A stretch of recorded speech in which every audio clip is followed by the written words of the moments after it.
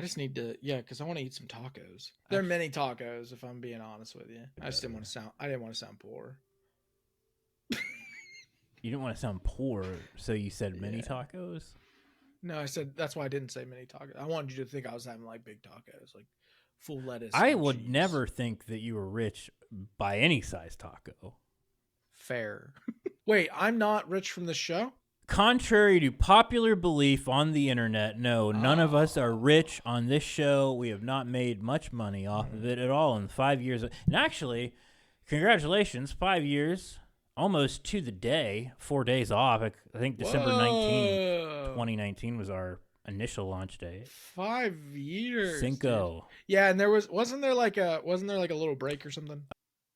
Like, well, there was and then we announced in like July. That's what it was. We announced July, and then we didn't record until December. Yeah, and then you took a 2-year hiatus, and then you came back. When was that? Yeah, we just all had I don't know. We all took a Rumpelstiltskin type sleep, and then came back.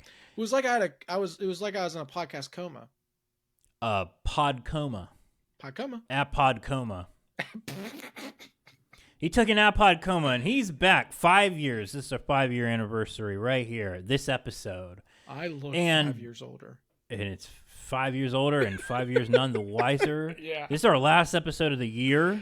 Woo! We're going out with a bang, and we're going to have we're actually already planning for next year. This year's been a little bit of a, shall we say, I don't know, inconsistent. It's been tumultuous. To be fair. At times. It's not a normal year.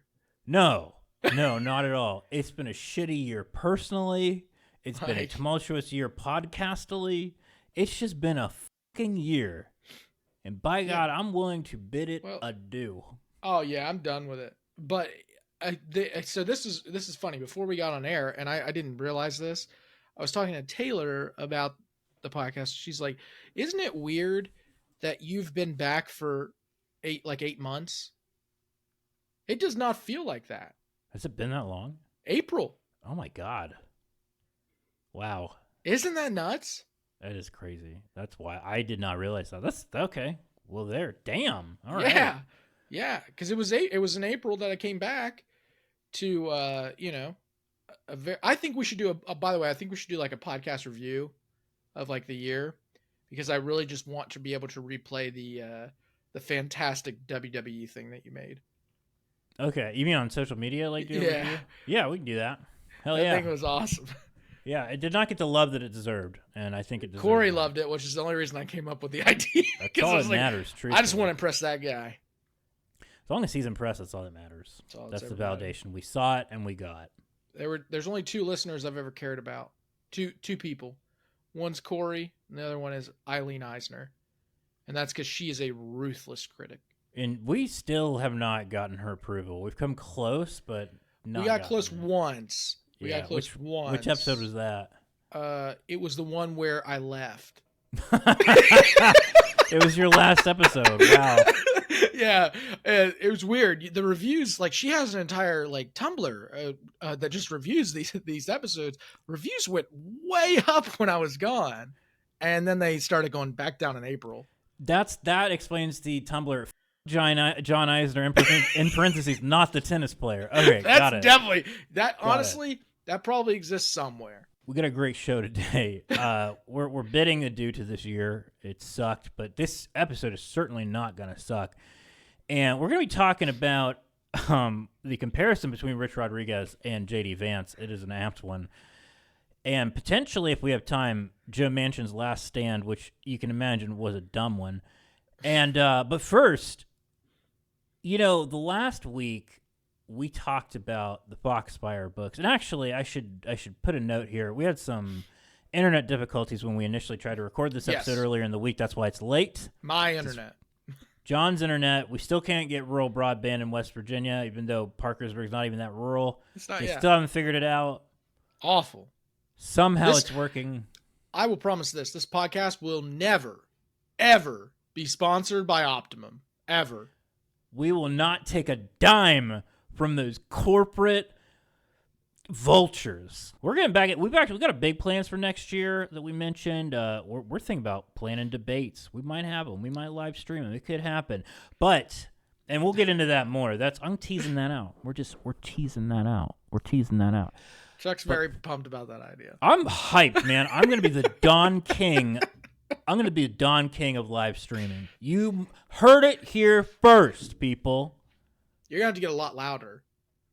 You heard it here first, people. The Don King of the live stream. Okay, Jake Paul, you can.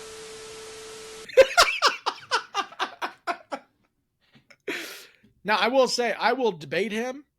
I will not fight him. He no, beat me. God, no. No, that's not what we're signing up for. Yeah, I am not a fighter, people. But anyway, we're teasing that out. It's gonna be next year. It'll be a lot of fun. But first, Foxfire book. So we talked about this last week, and we went through some of the wildest home remedies. Yeah. And lo and behold, I found some more. And these ones. Oh, my God. These ones are even better. All right. Oh, yeah. They're even better than the last one. These are nuts. These are a borderline criminal. And look, I'm not shitting on the is it really borderline? Wasn't one of them like drink gasoline and light your throat on fire? Like, that's fair. Like become a fire-breathing dragon. The Foxfire books, they're wonderful. It's just some of these are wild as hell. Sure. And look, I pulled some of these. This was from the Foxfire book on hog dressing, log cabin building, mountain crafts, and foods planting by the sign snake, lore, hunting tales, faith healing, moonshine, and other affairs of plain living. But there's also another version of it on home remedies that had more submissions that I pulled from. Okay. Which were even more wild as hell. So some of those are from that. But let's start with arthritis. John, you have arthritis. How do you treat it? Oh, God. According to that book? No, I'm just asking you as an American. Oh, you just take some of that arthritis medicine that my mom takes. Arthritis medicine that Eileen Isner takes. Okay. Yep. Okay, that's how you and do eat it. A banana. Eat a banana. Okay, well, the contributors to the Foxfire book would disagree. They would disagree. One said eat lots of raw vegetables. The other said take a buckeye seed and put it in your pocket and carry it around with you. Okay. That's it. All right. That's it. I should have known. I think we should point that out to our crowd that has arthritis. Test it out for us. Let us know, because none of that seems particularly dangerous. What are we other than doing? neglecting your arthritis? Well, okay, hold on. What was this? What was the year on this book? Oh, 70-something. See, and every time we do this, you say like, I think I asked that last time too, and I was shocked it was in the. I thought it would be like the 20s. Yeah, I know, right? Like before whatever, maybe even before modern medicine. And in some parts of Appalachia, modern medicine had not touched them yet, but others, lots of people reject modern medicine. Some rightfully so, in some respects. But with some of this, I would encourage you not to. And I'll move on. But okay, this one's pretty wild. Frostbite prevention. You are worried because you're going out in a blistering blizzard. How do you prepare yourself to prevent frostbite? And we're going to say on your toes. On my toes? Yeah, preventing frostbite on your toes. I put socks on, maybe a big pair of boots. Okay. And then I guess if I was really feeling froggy, I might put like some hand warmers. Hand warmers on your feet? I think they got feet warmers you can put in there. Is that it? That's it. You idiot. I knew that's what you could say. Pour whiskey into your boot. How do I not know that? How did you not know that? Pour whiskey into your boot to prevent frost. I don't understand how I got to be this dumb. I don't either. Eileen, if you're listening. She's not. Well, that solves that.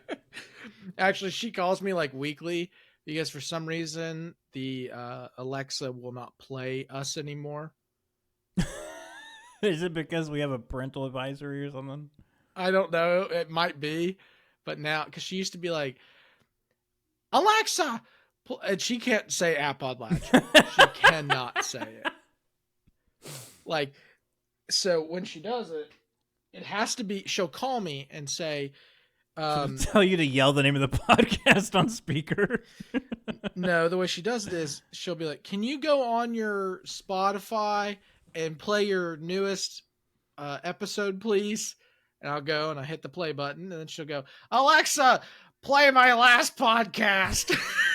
Oh, because you share Spotify. Yep. That's hilarious. She doesn't know how to do it. So well, hey, now there's gonna be video on Spotify, so she'll get real excited. Oh, she's gonna love that. Yeah, I tested it out, and it works too. She's definitely not gonna know how to use that. No, she won't. Nosebleed. How do you resolve a nosebleed? And then you tell me how you resolve it, and I'll tell you how Foxfire resolves it. All right. How I resolve a nosebleed is I take. Is it gushing? Like, how are we thinking? What are we thinking? It's bleeding. It's just a going. It's just right? It's like a faucet. It's just turning. I just take a bunch of like like a paper towel or like whatever I can. I just shove it up my nose to get it to clot. Okay. Hey, that's something. That's certainly a way to deal with it. I'm not going to say you're wrong, but if you want a more adventurous method, we'll call it. A more advanced. Yeah. I would call this a more rustic method. Let your nose bleed onto a knife blade and stick the knife into the ground. Your nose will then stop bleeding. No, it won't. Or take a pair of scissors and run them down the back of your neck. So, yeah, because then you will die and then your nose will stop bleeding. You're not cutting yourself. You're just doing some sensory stuff. It sure sounds like you're cutting yourself. We're not advocating, YouTube, don't ban us. We're not advocating for self-harm. It's not what this is. I'm not advocating for this book. True. There's lots of good stuff in it. I don't want people out here hating on us, all right? But this shit is pretty wild. I gotta say, it's pretty wild. Okay, can you tell me, how about this? Can you tell me one good part in the book? The hog dressing. What's the hog dressing? Tells you how to dress a hog. And is it accurate? Oh, I haven't tried to field dress a hog, but I'm I'll wait. It's very detailed. I'll wait. Go ahead. I mean, Go get a hog. Teaches you how to moonshine, so I'm gonna try that out, and I'll let you know. Oh, you should definitely try that. Yeah. Yeah, hell yeah. How about that one? Absolutely. Pimples. How do you? This is fucking insane. All right. Okay. All right. Pimples. How do you? You are. I would not encourage this method. How do you get rid of pimples? I just wait for them to go away. To be honest. Okay. I endorse your method. Okay. This one, I think this is one of the like home remedies submitted ones or something. It was a different one. It was from the Kindle version. I don't know what the difference was from the original, but this one said rub your face with a wet baby diaper. Works every time if you can stand the smell. I don't have kids. I don't think that matters. I don't think baby piss is going to solve anything. No wonder I can't get rid of all this acne. You just grab a dirty diaper out of the trash and rub it on your face. People start looking at you. No, ma'am, I have pimples. It's fine. Yeah. Who cares if I just wipe this all over me? This next one is one that you actually can do. Okay. The next one is sores. All right. It's like any type of sore. So do you have a preferred method for getting rid of a sore? To get rid of a sore? Not really. Okay, well, I've got one for you because you've got a dog. You've got 2 dogs, so... Is this going to tell me, like, have my dog lick it? Sort of. I don't like that. Your dog's going to love it, though. Put butter around the sore so the dog will lick it. The dog's saliva will cure it. So Bosley and Bonnie, it's going to be a fun time for them. That's gross. Look, you try it, and if it works, then... No, I'm not. I'm not going to do that. Okay. Look, I tell your dogs I said I'm sorry. I tried to be advocates for them. Give them butter anyway. All right, we got 2 left. Sore throat. Okay. Now, they have multiple methods for this, but I want to know yours. Sore throat? Sore throat. We've all had a sore throat. How do you deal with it? Usually tea. I'm a big Tea? hot tea guy. What kind of tea? We Uh, got eucalyptus, green tea, Earl Grey. What or we got? Earl Grey with some honey. Earl Grey with some honey. Okay. Yep. Okay. That's my Fair go-to. enough. Fair enough. All right. So method 1. Okay. Bake onions in an open fireplace, then tie them around your throat. What? Method 2. Make a poultice of kerosene, turpentine, and pure lard to prevent blistering. Of course, because that's why we need the lard. And place it around your neck. In 5 minutes, you will be able to taste the kerosene in your throat, and the cure will have begun.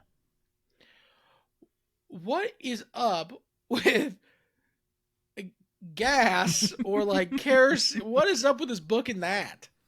Kerosene and turpentine, man, those are two things that they use way too often. They use it a lot. And they go inside your body way too often in this book. How do you cure the common cold? Pour kerosene in your butthole and swish it around.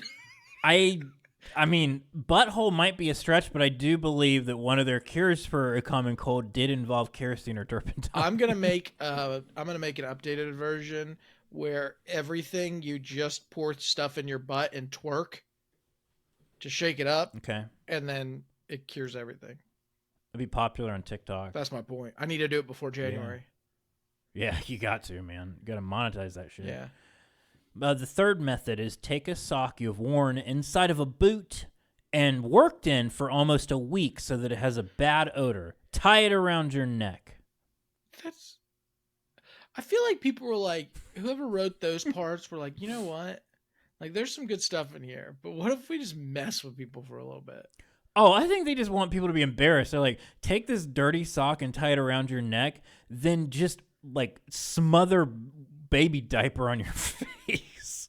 And it's also, like, a lot of this stuff seems, like, impossible, too. I mean, it and definitely it's also very involves random. a lot of effort. Like, yeah. It'd be like, take a dump, squish it on your head, and introduce yourself to the ambassador to Spain. That's how you cure COVID. Like, that would be the modern day one. You gotta really time your schedule right. Right, like, you know. I mean, and you have to have kerosene and turpentine on hand at all times. Drink kerosene, do 5 jumping jacks, watch the original Space Jam, but skip over the R. Kelly songs. And that is how you cure gout. That's just how I'm going to raise my child. Fair. Although, can you do that? There's a lot of his songs in that movie. Last one, any serious child illness. This is the one for RFK. Okay. I think this is the one that he would most likely cling to.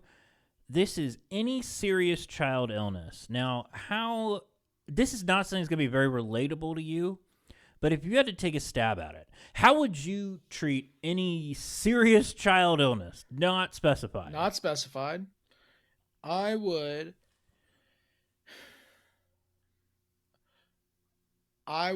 hook the child up. Okay. You're kind of on the right track. To a liter's worth of diesel fluid. Okay. I would inject that into their veins. I would make them then dig a hole and sit in it for 5 days, and they will be cured on day 6. Interesting. That's actually for chicken pox. Damn it! I knew I was getting more. And see, I take chicken pox very serious. Yes, you do. You clearly do. I put it in that category. Any serious child illness. Mm-hmm. And I think about this because, as you know, RFK's lawyer has proposed revoking the polio vaccine, which is a serious child illness. Yeah. Wild. Not a good idea. For the record, we're on the record saying that. Whoa. We? Yeah. You know what? I'll just say it for myself. Okay. Now I'm on the record. All right, there we go. See, we're independent people here. Any serious child illness, according to the Foxfire books, take some blood from the child's arm, put it on a grain of corn, and feed it to a black hen. Where am I getting a black hen? You better fucking have one. I just have a If you have a child and you don't have a black hen, you might as well want the child to die. Yeah, if you don't have one, I'm calling CPS now. You might, yeah, absolutely. That's child abuse. Not having a black hen, it's like living without turpentine and kerosene. How? How does one live? How does one? How do I? That's how you know someone doesn't have a dog, is if they're walking around with a bunch of sores on their body. That's why I have no sores. You are correct. That's true. You just got a bunch of butter. I have a lot of butter and a very sore throat from drinking all this kerosene. Yeah, well. Anyway, that was the Foxfire that was my second edition of the Foxfire book on hog dressing et al. Probably will revisit this again. Let us know what you think about it. Yeah, don't try most of them, especially the ones involving kerosene. How about this? Don't try any of them. And if you do, just know we're telling you we're not endorsing any of it. No, we're not. We don't encourage it. Legally, very dubious. Yeah. Which... very dubious. I think for the most part, a lot of this healing could come from smoking a dubious. Yeah, I think like if they had weed back when Foxfire was written, it would be a lot shorter book. Yeah, or if they had cornbread hemp. Oh, well, what would happen then? I would assume that there'd be one page to this book. And it'd be like, do you want to solve all these issues? Take a cornbread hemp gummy. The Foxfire Book of Appalachian Living. It is a pamphlet. It is one page, and it is go to cornbreadhemp.com. Enter the code BANJO. Save money. Heal your wallet while healing yourself.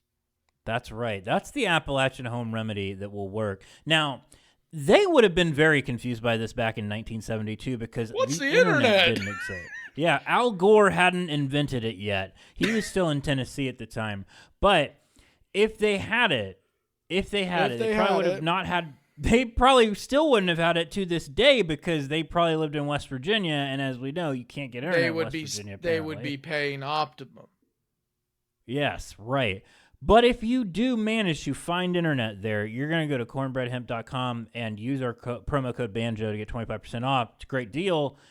They have a lot of great products. Jim is really just cranking out the good stuff lately. I mean, he's putting in a lot of work. Some would say churning.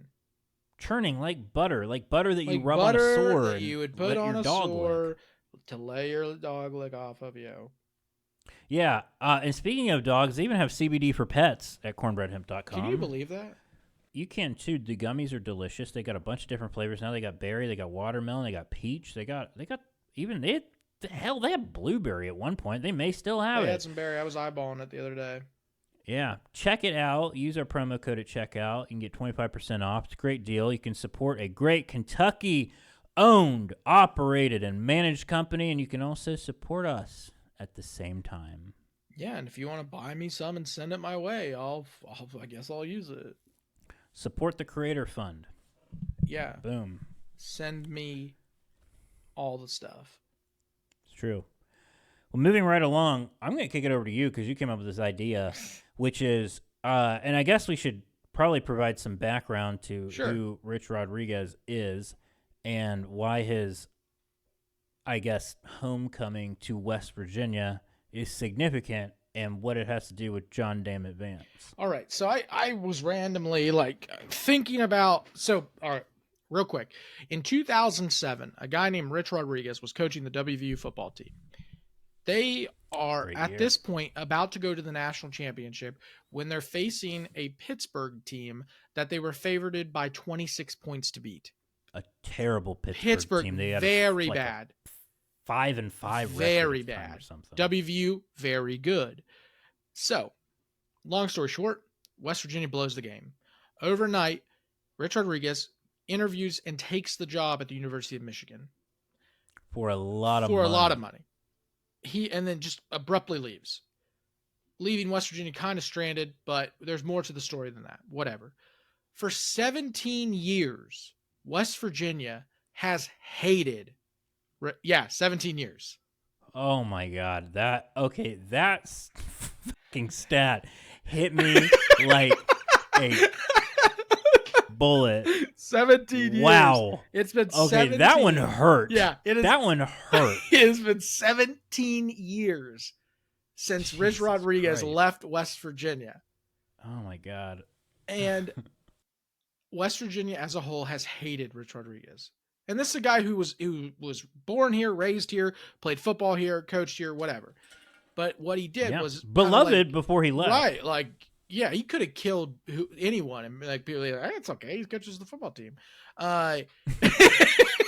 But hated. What didn't come back to the state. Like really talked about how he didn't see family because of it. Karma got to him. He flamed out at Michigan. He had an okay couple years at Arizona, but then he had a scandal, which what head coach doesn't anymore, Jesus. And then kind of bounces around, goes to Alabama, and then gets hired as the head coach at Jacksonville State. The last 2 years has turned that program around.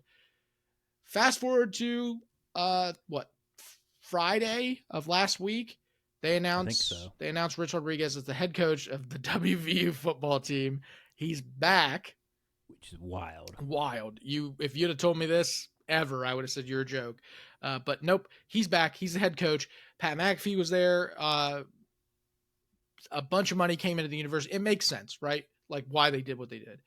Now everybody's on board. Like there's a lot of people on board. There was one person who got kicked out of that press conference because he was trying, he's trying to stop. He was calling him a traitor. I think he thought everybody was going to join him in that. They did not. They threw shit at him and told him to leave. I mean, this is a press conference where they're just announcing the head coach and thousands of people showed up. They had to hold it in the Coliseum. They had pyro and they served beer and concessions at the event. So like this was a massive deal. Now everybody's kind of back on the Rich Rod train, including myself. I never thought I would be, but he said all the right things. So I'm on board. I think it's important to mention that like that was the last time that WVU was really good. Was good at all. They haven't had they have not been good at football since Rich Rodriguez was their coach, and so like there was hard feelings, but like there's a lot of nostalgia for that time too. Yeah, and that's the thing too is like if Rich Rod leaves any other way, he's probably up there as the second greatest coach of all time at WVU, behind Nealon. But people wouldn't even say his name. They called him Rich Fraud. Rich Fraud. So fast forward to... Because he's rich and a fraud. And a fraud. And he may or may not have gotten a little fast and loose with a paper shredder before he left. And some documents may or may not have gotten misplaced from, what we heard. Yeah, that definitely happened. They called it the shred offense. There? Oh! I can't take credit for that. That was a Columbus Dispatch article title. Okay, that's pretty good though. I know. I really wanted to claim it, but I couldn't. So now he's back. Okay, so I had this weird idea. I was texting Chuck, and I was like, you know what? I don't know how people would feel about it, but why don't we talk about if Rich Rodriguez can come back, right? And all of a sudden people love him, and it's with the expectation that he's going to bring a lot of things to the university, including success. If J.D. Vance used his platform as vice president to pull up Appalachia, to bring it to the forefront, to bring like expansion, money, things like that to the region, would the region's views of J.D. Vance change? I thought it was a neat exercise. It's definitely a hell of a thought exercise because it will only be that. Mm-hmm. It will never happen. Correct. I'm going to state that for the record now because he doesn't give a shit about us. But I think it's an interesting thought. There is like a semi-comparison there. Yeah, I just thought it was, I don't know, it was weird. Yeah, it's weird enough and it's fun enough. I mean, Rich Rodriguez was arguably successful. Not arguably, he was successful. Yeah. J.D. Vance was successful, just had no benefit to the people of Appalachia. But he was successful for himself. Exactly.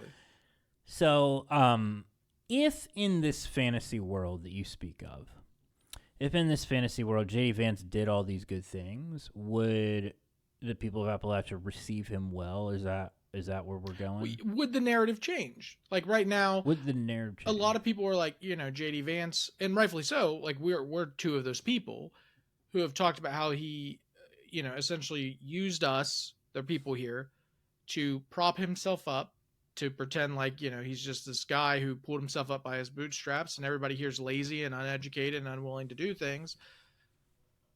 And I mean, I would argue that 70% of the region still has disdain for him. I think the needle has moved to more positive for him since he became the VP nominee and now the VP elect. So my question is, will that needle move more if he starts to talk about the region as vice president? Well, I would dispute that kind of a little bit, the premise, because the vast majority of the region voted for him, so they don't despise him enough not to vote for him. Okay, but hold on. My question, I don't know about that, though. I don't think they voted for J.D. Vance. His name was on the ballot, that's what I'm saying. Yeah, but it wasn't first. Look, if they hated him that much, they would have abstained. That's all I'm saying. Maybe, but I don't know if you can. I don't know if a lot of these people's hate could outdo their love for Donald Trump. I mean, look, again, Daddy Trump, our supreme exalted leader. Yes, that is right. He is beloved. So I do still think there are a lot of people that in the region that are just unaware of Hillbilly Elegy. Oh, or they only know it as the movie. They don't know it as the book. Really, I mean, truthfully, I'll be honest, it's a bit of a bubble. It's an intellectual bubble. Most normal people don't know about it or haven't read it or only have heard bits and pieces about it. So I don't think a lot of people associate him with the negativity. Okay, let's change it. Now, let's change we've the question. tried to change that. Let's change the question then. The people who view him as negative now. Okay. Does the needle move at all? That is an interesting question. Because like old Rich Rod, he really did us dirty. And I remember back then, I'll give a little revisionist history, because like this is back when I actually watched sports quite a bit and cared about it. And I remember because there was rumors he was going to go to another team, and they, as one did at WVU, they made shirts real quick, and they had shirts that said, actually it was Alabama, I think was one of the rumored teams, and said Alabama, hands off our Rod, which is a great shirt. I almost got one. Didn't have money at the time because I was a poor high school student. But that's a reoccurring theme in our story. We didn't poor, have any money. That is absolutely true. And you can go to our Patreon, patreon.com/appodlatch, if you want to give us money and help support our cause and our dream of bringing these debates to you live. Okay, anyway.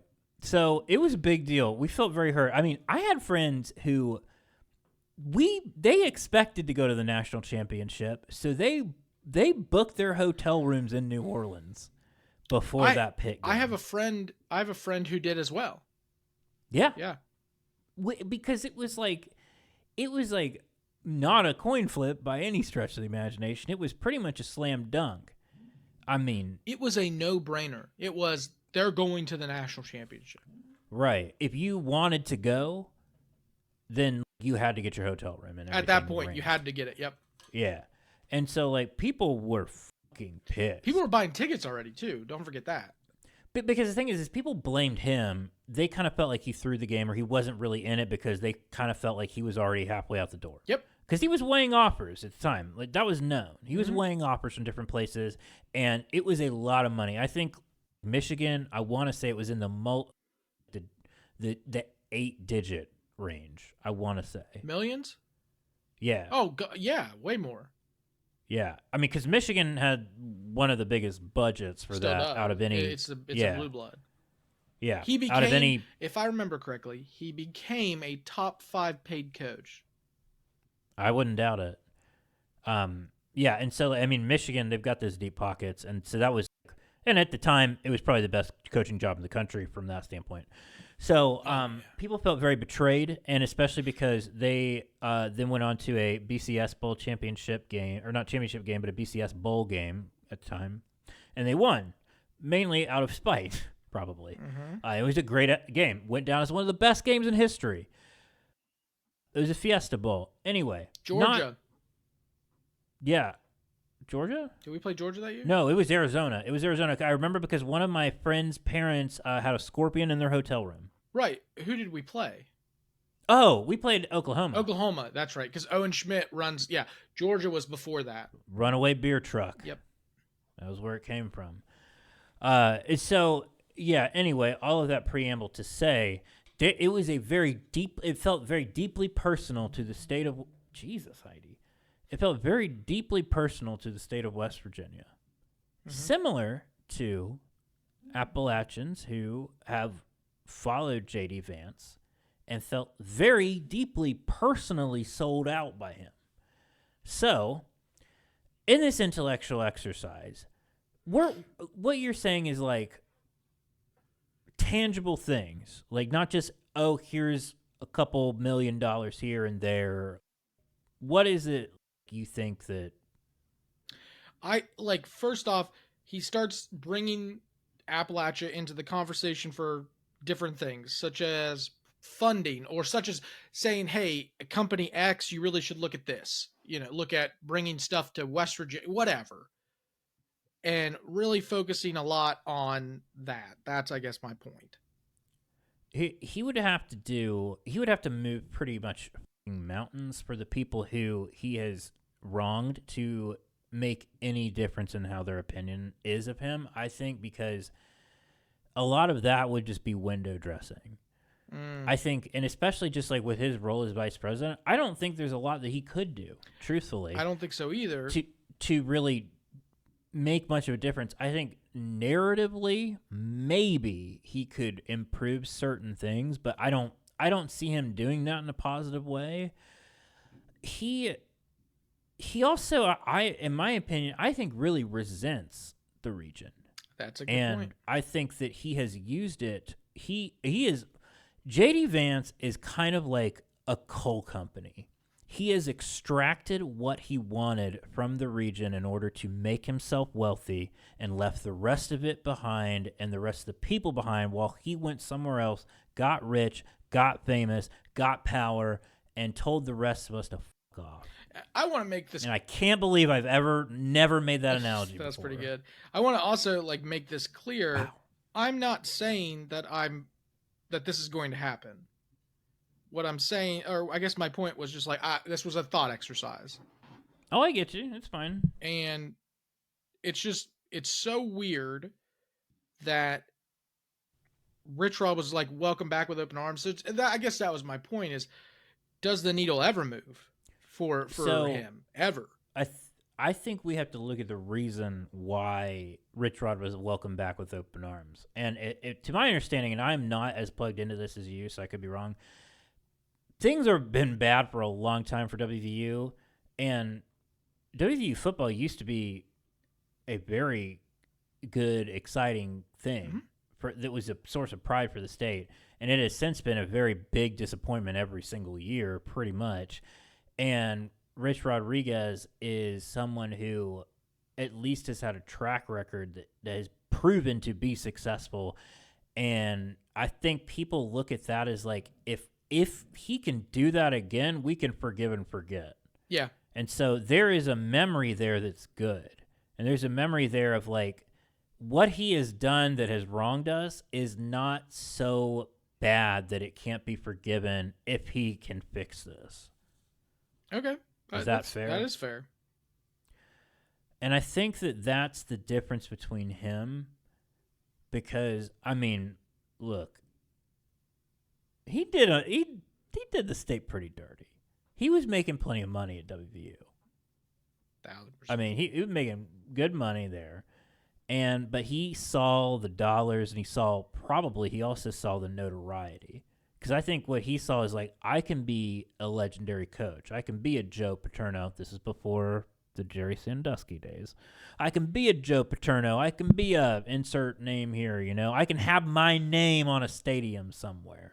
I think he thought that he could be in that legendary status if he went to a place like Michigan, and I feel like he didn't think he could get that in West Virginia, which is wild when you are a game away from a national championship. Well, and remember, too, there's a very famous quote that he had, which was, "What's so damn special about West Virginia?" So, I mean, I get it, but I've said that before too, back in my day when I grew up here. Sure. I'm guilty of saying that. Right, but I guess my point too is I think that there are people who get upset at JD Vance who have said some of the stuff he said in the book. True. So why is it that it's easy? And again, I don't advocate for this. This is not my point to this. I think it's just a reflection, because now I'm it's just weird, right? But right there, for instance, you were like, oh, but I can relate to that. I've said something like that. But there are things in the book, like I talked about in the episode. There are times where I relate to JD Vance. Grew up without a dad. He had to do a lot of stuff, right? No one's saying that JD Vance didn't work hard. And so it's just weird stuff like that we've put JD Vance under a microscope, and rightfully so. He put himself there. It just feels weird that needle would. I don't know if I think that the needle could move. I do. He hasn't done so much damage that it's irreparable, so to speak. I think that a lot of the damage he's done has been, I mean, obviously, reputationally, yes, and it's been very, I hate saying the word emotional damage. I don't know if that's the right word. I think the biggest thing with JD Vance is it's not necessarily the damage that he has done to Appalachia, it's how he has taken advantage of Appalachia. 100%. Now, here's another question I have. For me, right, I said that the only way that I would support Rich Rodriguez again is if the first thing out of his mouth when he spoke to the people of West Virginia was 17 years ago, I made a giant mistake. And that's exactly what he did. First sentence, he was 17 years ago was, huge mistake. I should have never left. That was his first sentence. If JD Vance on a platform, he's not going to happen. It's not going to happen. I'm telling you this now. But if it did, okay. If he said, let's say he went to Jackson, Kentucky, right? And he was talking to people and he said, "Hey guys, you know what? I just want to let you know, I was wrong with what I wrote about in that book." I mean, what happens? What would you say? My initial thought would be bullshit. You don't think this at all, but that's also because he's a politician, that part of it, right? And he's always said things to get ahead. But then I started thinking about this too. So hasn't Rich Rodriguez. Rich Rodriguez is one of the biggest showmen ever. He loves that shit, and it just, I don't know. The difference is his success is West Virginia's success. Yeah. It's very directly correlated. Yeah. Now, anyway. Right. If JD Vance says that, even if he was pure in his convictions, I wouldn't care, because I've seen what he's done. I've seen what he has done to get where he is. And to me, in my mind, that's not forgivable. I don't disagree. I mean, the way that he has trashed the people that like especially the immigrants in Springfield just to get where he is, I don't think that you get to earn forgiveness. Maybe you can from some people. Sure. And I think if it were somebody in my personal life, that's a different story. But I don't think that earns you any goodwill, at least from me personally. No, and I will never, ever come on this show and advocate anything for JD Vance, ever. But to the people that, to your point, because we're not answering for ourselves necessarily, I think there's some that he could convince. Because I think that he's good at that.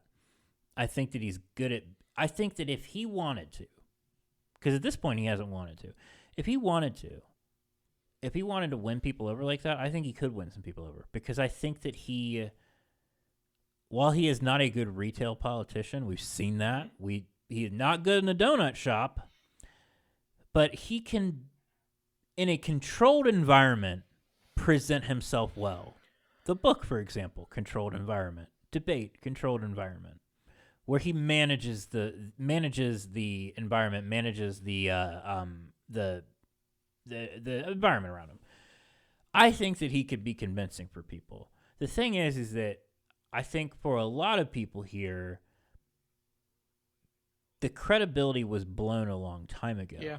And with Appalachia, one thing about this region, at least what I think about, and I think you probably believe it too, is there is a lot that has to do with how you approach where you're from.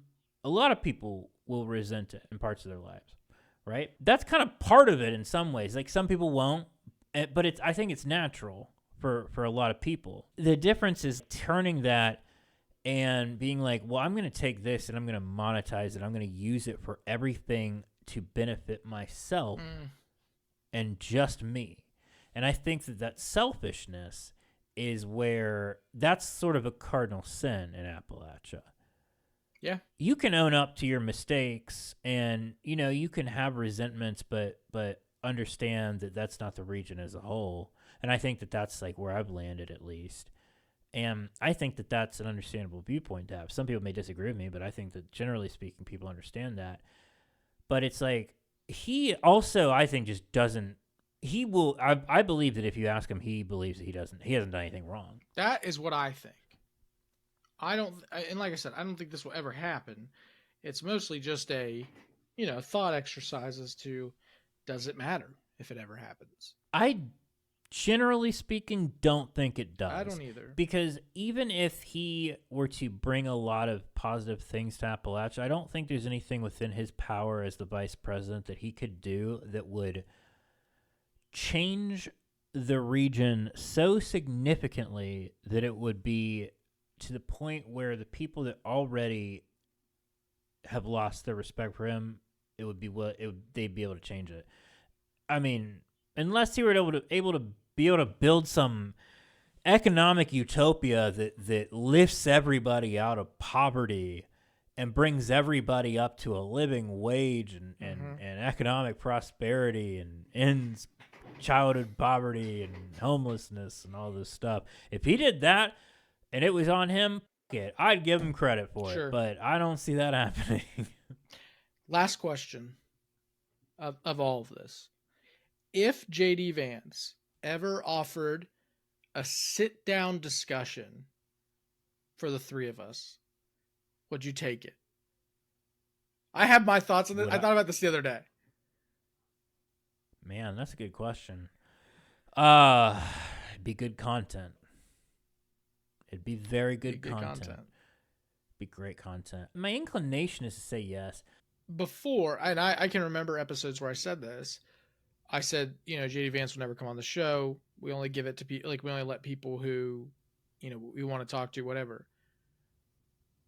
I would sit down with J.D. And the reason being, and it wouldn't be heated.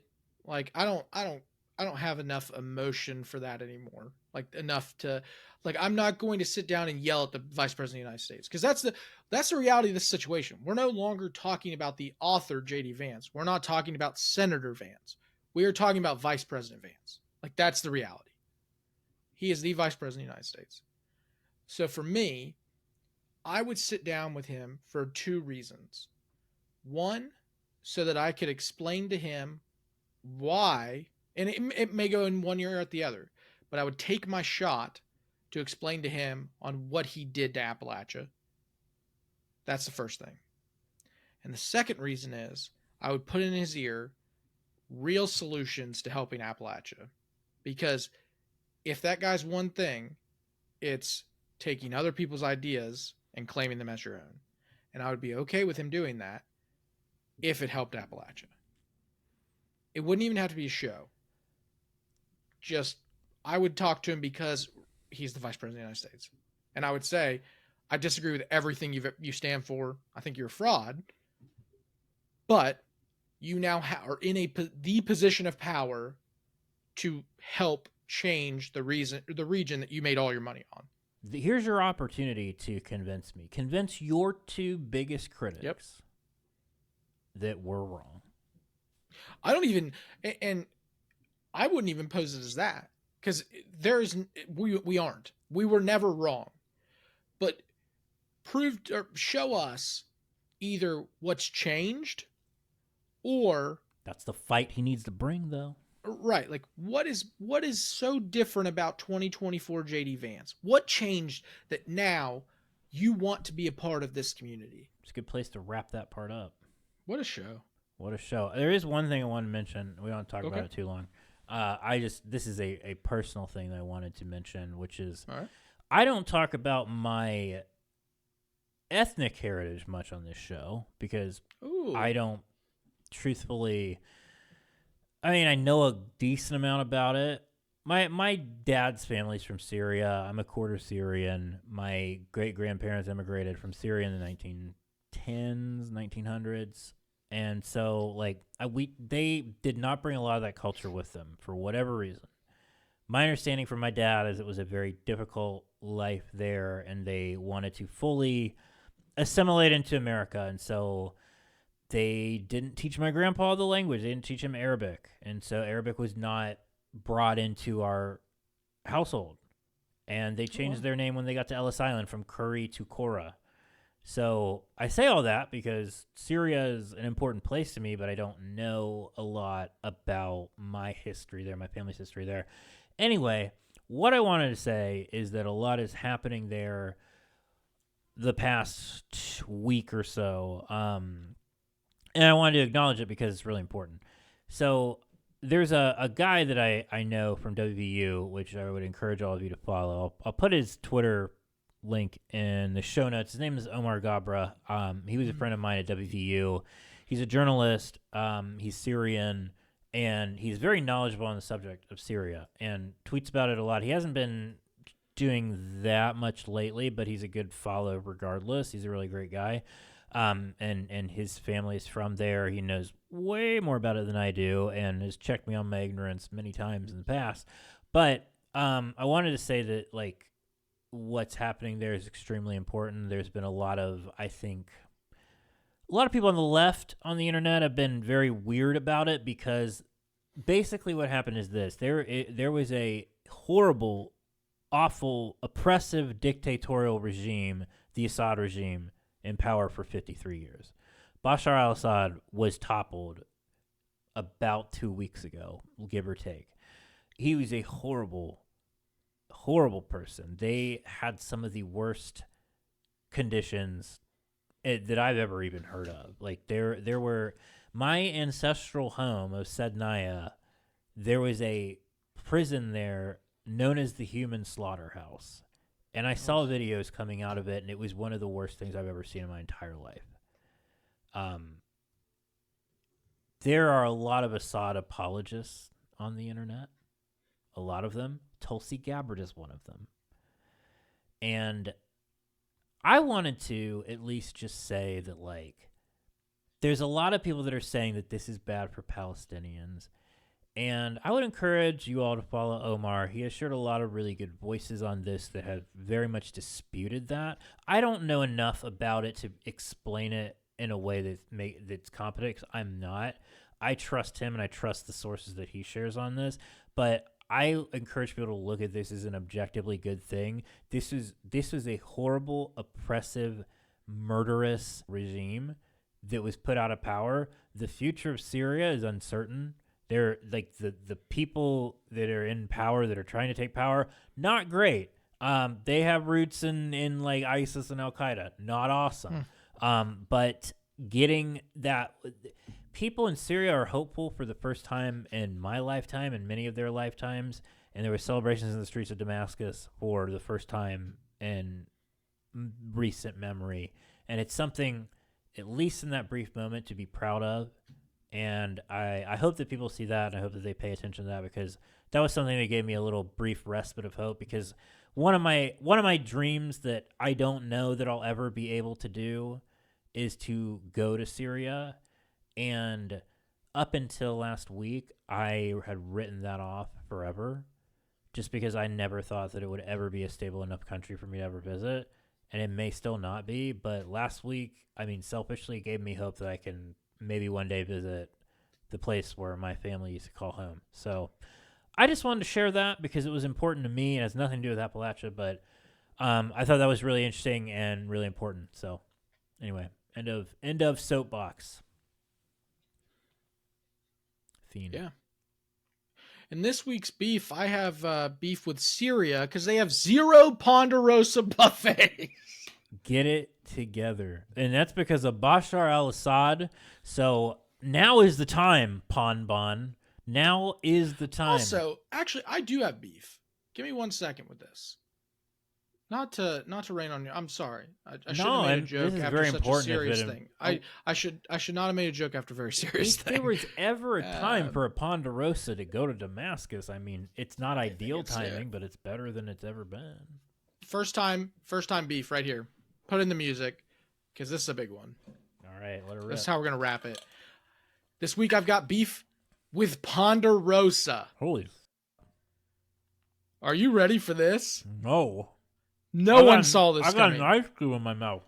No one saw this coming. Spit that shit. What the f***? I have beef with Ponderosa Steakhouse. Okay, this is significant. And Bonanza. I want to be clear. This is a hell of a way to end the year. Yeah, just so everyone knows, we're taking a couple weeks off. We discussed that, but I don't think we said it in the episode yet. We're gonna take a couple weeks off for a break, correct? Yeah, this is the last episode of the year. Yeah, we're gonna be coming back sometime in January. We'll be putting something out soon, probably like mid January, maybe like second, third week. I don't know. Yeah, take a little break. Chuck starting a new job, pretty pumped. That's gonna be awesome. And this is why I also need a few weeks just to reflect too, because this is going to be tough on me. This is going to hurt me more than it hurts Ponderosa. Shit. If we're being honest. Chuck, as you know, I've always been an advocate for Ponderosa Steakhouse. Forever, for as long as this podcast has existed, which, as we discussed, is 5 years. I mean, since the day that I could fit cookies and chicken wings in my pants, I've always loved Ponderosa. Absolutely. But I don't think they love me back. And here's why. This is going to be tough. As you know, I reached out to Ponderosa a couple months ago asking if maybe they had a spare menu board and they could send it our way. I do recall that. For a nice set design. And I wrote a very lovely letter. Very lovely. Took a lot of time. Spoke from the heart. Chuck, they left me on red. After everything I've given them. All the time. All the calories. Everything. They left me on red. I'm not paid by Ponderosa. In fact, my life has probably been shortened by Ponderosa, if we're being honest, just based off the pure caloric consumption. Yeah, you've literally given parts of your life to them. I've given everything I can. And to not even get a response, Chuck, it hurt. And I think I'm taking a break from Ponderosa. I don't think I'm going to be advocating for Ponderosa. This could end the company. This could cause economic turmoil. I don't know if people know this. If you look at the statistics, turns out we're the only show that runs any Ponderosa stuff. And they left me on red, and that hurt. I mean, wow. We're going to have to clip this and send it to Ponderosa and do it. Clip it. I'm the biggest supporter. Name one person bigger supporter than me. Lies. If they exist, we haven't met them. If If they exist, I don't want to meet them because that's scary. Yeah, that they are not human. They also probably haven't left a bed in like 6 years because there's no way they're walking. I'm a big boy. I love Ponderosa. If they're putting down more Ponderosa than me, or I don't want to meet them because they're probably like super strong. Because they're probably like some big old body, like big power lifter. Like that. Yeah, they don't have a neck. That's for Yeah, sure. they'll beat me up. So anyway, I'm hurt. I'm hurt. And I think I got to take a break from Ponderosa.